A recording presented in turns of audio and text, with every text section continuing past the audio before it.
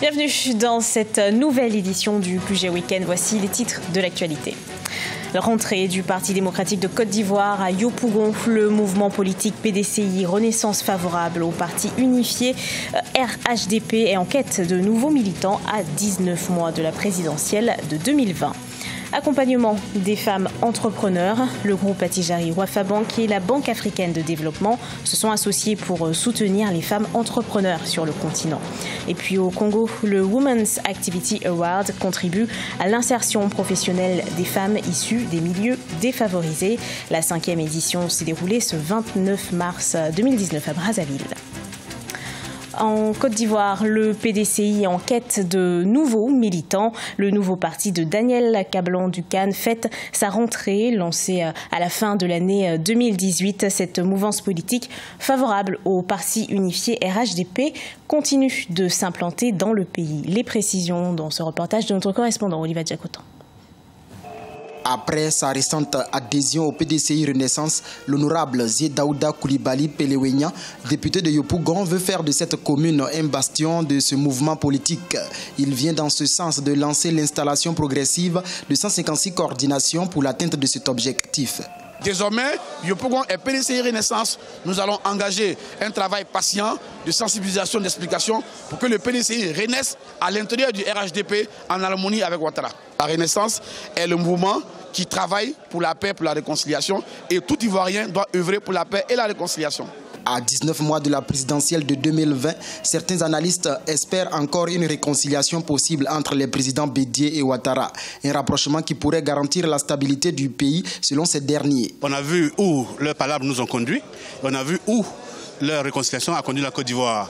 Cette réconciliation, lorsqu'ils s'entendaient, ça nous a conduit sur la voie de la croissance. Et nous pensons que s'ils se séparent de nouveau, ce serait négatif pour le pays.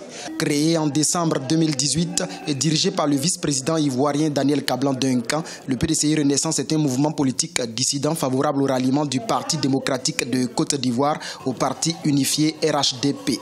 Une vision pas du tout partagée par la direction du PDCI qui se réclame aujourd'hui de l'opposition.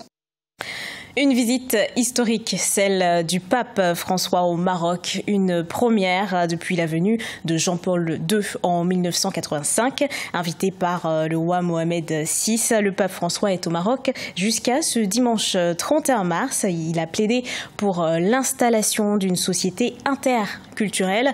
Un des thèmes principaux de cette visite est la migration. Autre enjeu, le dialogue interreligieux entre l'islam et le christianisme. Dialoguer sur la mise en place effective d'une véritable liberté de culte, une véritable liberté religieuse est l'une des demandes des chrétiens marocains aux autorités. Promotion et financement du secteur privé au Cameroun, des prêts, des garanties et des produits de gestion de risque. La Banque africaine de développement accorde au secteur privé des outils de financement. Les précisions de Viviane Baoken.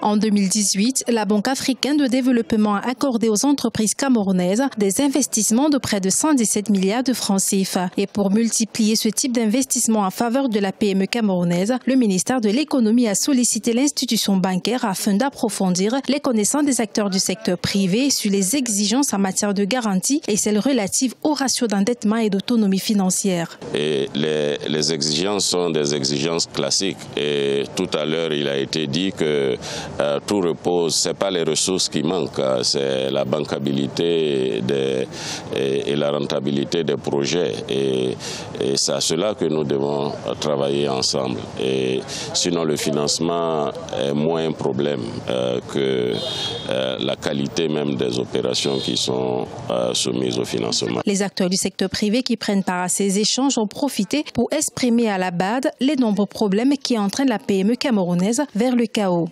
Mais nous aussi, on veut être les milliardaires, comme les hommes. On est fatigué d'aller dans les forums et les réunions. Nous, on veut que le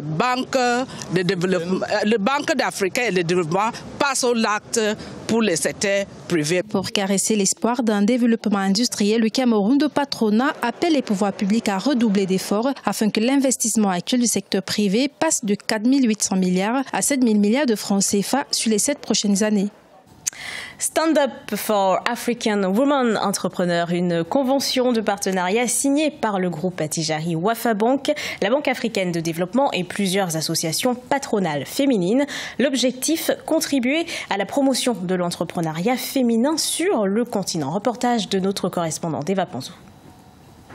Le groupe Attijari Wafa Bank et la Banque africaine de développement se sont associés pour soutenir les femmes entrepreneurs en Afrique. Convaincus du rôle essentiel des femmes pour l'avenir du continent, les deux institutions entendent contribuer à la promotion de l'entrepreneuriat féminin. Et avec la BAD qui a développé un programme pour aider, assister et accompagner les femmes entrepreneurs africaines et la volonté d'Attijari Wafa Bank à travers son réseau africain, puisque nous sommes aujourd'hui dans 16 pays africains, nous souhaitons, entre les deux, nous mobiliser auprès des associations de femmes entrepreneurs pour leur apporter cette assistance et cet accompagnement. Le partenariat intitulé Stand Up for African Women Entrepreneurs a été paraphé par Mohamed El Ketani, président-directeur général du groupe Attijari Wafa Bank, Leila Farah Mokadem, représentante résidente de la Banque africaine de développement au Maroc, Touré Diabaté Massogbe, vice-présidente de la Confédération générale des entreprises de Côte d'Ivoire, Mariana Fall, présidente du groupement d'intérêt économique Les Femmes de la Faïda au Sénégal, Yomna El Chéridi,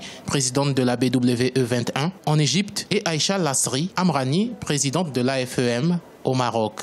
La convention que nous venons de signer porte sur un partenariat gagnant-gagnant que nous aurons désormais avec la Banque Attijari Wafa Bank en faveur des femmes entrepreneurs de Côte d'Ivoire.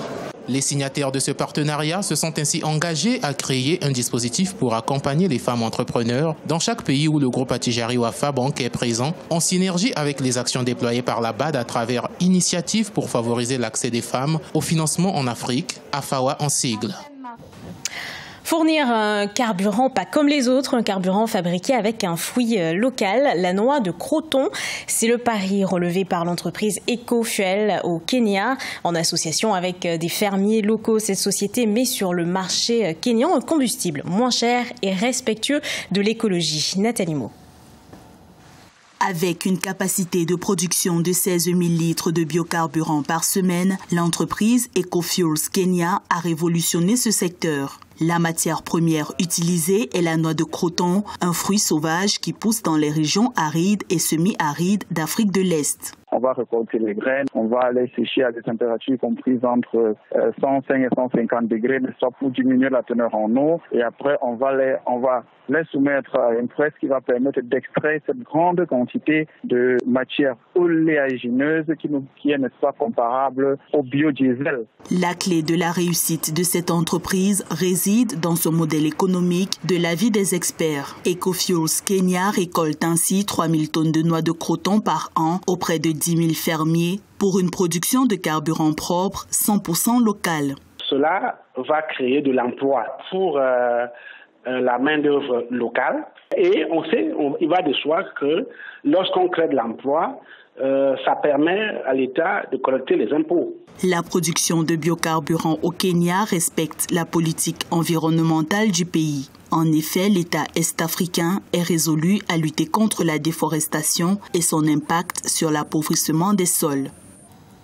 Et de 5 pour la Women's Activity Award. La 5e édition du programme s'est déroulée avec succès ce vendredi 29 mars 2019 à Brazzaville.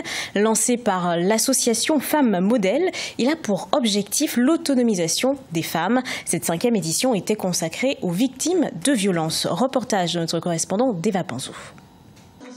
Âgée de 35 ans, Tessia a remporté le premier prix de la 5e édition du programme Women's Activity Award qui s'est déroulé ce vendredi 29 mars 2019 à Brazzaville. Le projet de cette mère de 7 enfants a retenu l'attention du jury face aux 3 autres concurrentes. Je suis très contente, très joyeuse.